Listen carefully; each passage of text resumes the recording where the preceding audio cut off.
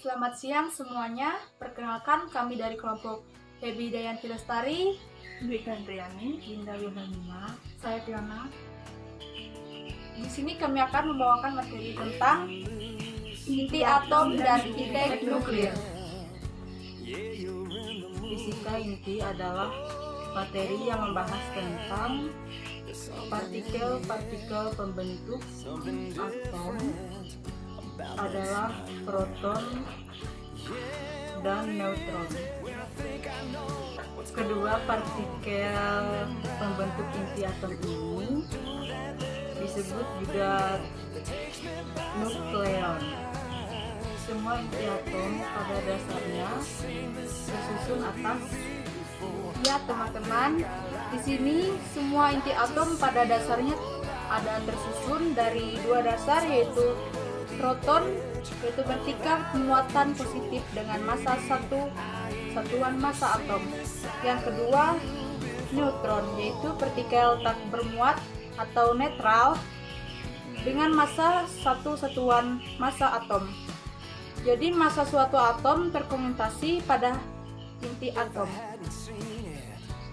Secara umum, lambang atom disusun atau dituliskan dengan A, yaitu sama dengan nomor massa, Z sama dengan jumlah proton dalam inti atau juga dalam jumlah elektron di kulit terluar, N sama dengan A atau sampai Z sama dengan jumlah neutron di dalam inti atom.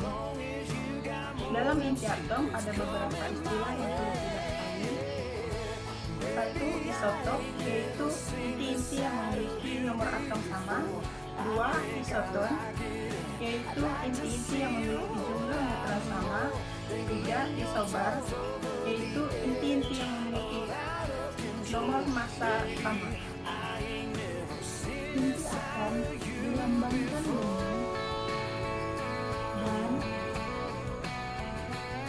menyatakan nama inti atom, Z menyatakan nama atom, dan A menyatakan nama massa atom. Misalnya, inti atom karbon memiliki nomor atom 6, sedangkan masanya 12. Dengan demikian, lambang atom karbon tersebut dapat dituliskan nomor atom Z menyatakan jumlah proton P dalam inti atom elektron P yang mengelilingi inti, dan nomor massa menyatakan jumlah proton P dan neutron N yang terdapat pada inti atom atau jumlah nukleon. Jadi A sama dengan P plus N dan Z sama dengan P atau P elektron.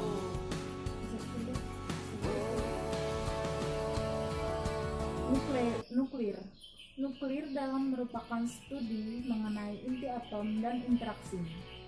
Reaksi pada inti atom dapat mengubah karakteristik inti atom melalui reaksi pertukaran dengan partikel-partikel penyusun inti atom. Sebagai contoh, perubahan nitrogen menjadi inti oksigen dengan penembakan partikel pada atom.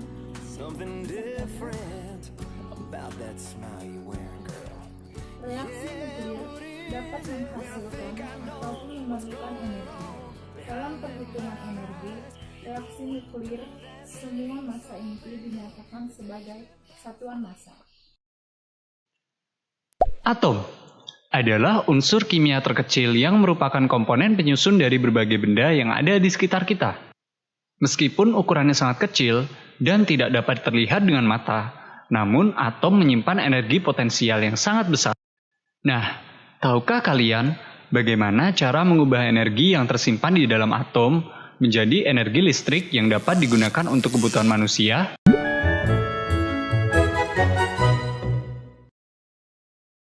Agar kita bisa mengubah energi yang tersimpan di dalam atom menjadi energi listrik, maka kita harus membangun sebuah reaktor nuklir.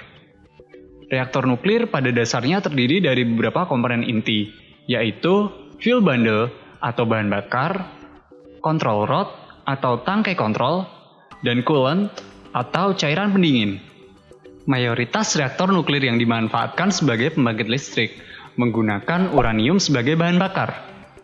Uranium yang berasal dari pabrik pengolahan biasanya berbentuk silinder, yang ukurannya setara dengan ruas jari orang dewasa.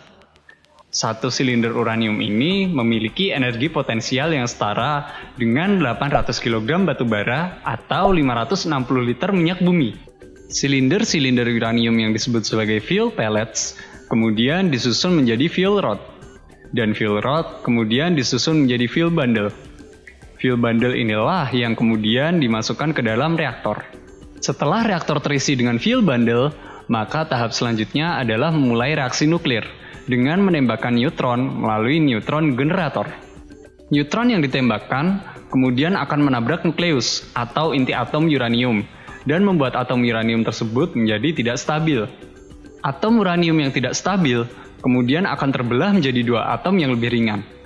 Terbelahnya nukleus atom disebut juga sebagai reaksi fisi. Selain menghasilkan dua atom yang lebih ringan, reaksi fisi juga melepaskan 3 neutron bebas, energi panas, serta radiasi alfa, beta, dan gamma. 3 neutron bebas yang dihasilkan dari reaksi awal akan menabrak atom-atom uranium di sekitarnya hingga akhirnya terjadilah reaksi nuklir berantai, atau yang sering disebut dengan nuclear chain reaction. Apabila tingkat reaksi fisi tidak diatur dan fuel bundle tidak didinginkan, maka dalam waktu singkat, inti reaktor pun akan mencapai suhu yang amat sangat tinggi. Inilah kenapa pada inti reaktor terdapat 2 komponen penting selain fuel bundle, yaitu control rod dan coolant. Control rod berfungsi untuk mengatur jumlah reaksi nuklir yang terjadi di dalam inti reaktor dengan cara menangkap neutron-neutron bebas yang dihasilkan dari reaksi fisi. Semakin banyak neutron yang ditangkap oleh control rod, maka semakin sedikit juga reaksi fisi yang bisa terjadi. Sebaliknya, apabila control rod ditarik maksimal, maka neutron-neutron hasil reaksi fisi akan bebas bergerak, dan jumlah reaksi nuklir pun akan meningkat. Sementara itu, air yang berfungsi sebagai cairan pendingin akan mendinginkan fuel bundle dan menjaga agar suhu reaktor tetap berada di tingkat yang aman. Karena tingginya suhu di inti reaktor, air ini lama-kelamaan akan mendidih dan menjadi uap bertekanan tinggi. Nah, disinilah reaktor mulai berperan dalam rangkaian produksi listrik. Air yang dipanaskan di dalam reaktor dan berubah menjadi uap bertekanan tinggi, kemudian disalurkan ke turbin. Tekanan uap yang sangat tinggi akan menggerakkan turbin yang tersambung dengan generator. Perputaran generator inilah yang akhirnya menghasilkan energi listrik. Sementara itu, uap yang keluar dari turbin akan masuk ke dalam kondenser dan kemudian mengembun kembali ke bentuk cair. Air yang terkumpul di kondenser kemudian akan dipompa kembali ke inti reaktor. Dan siklus ini akan terus berjalan seiring dengan berjalannya reaksi nuklir di dalam inti reaktor.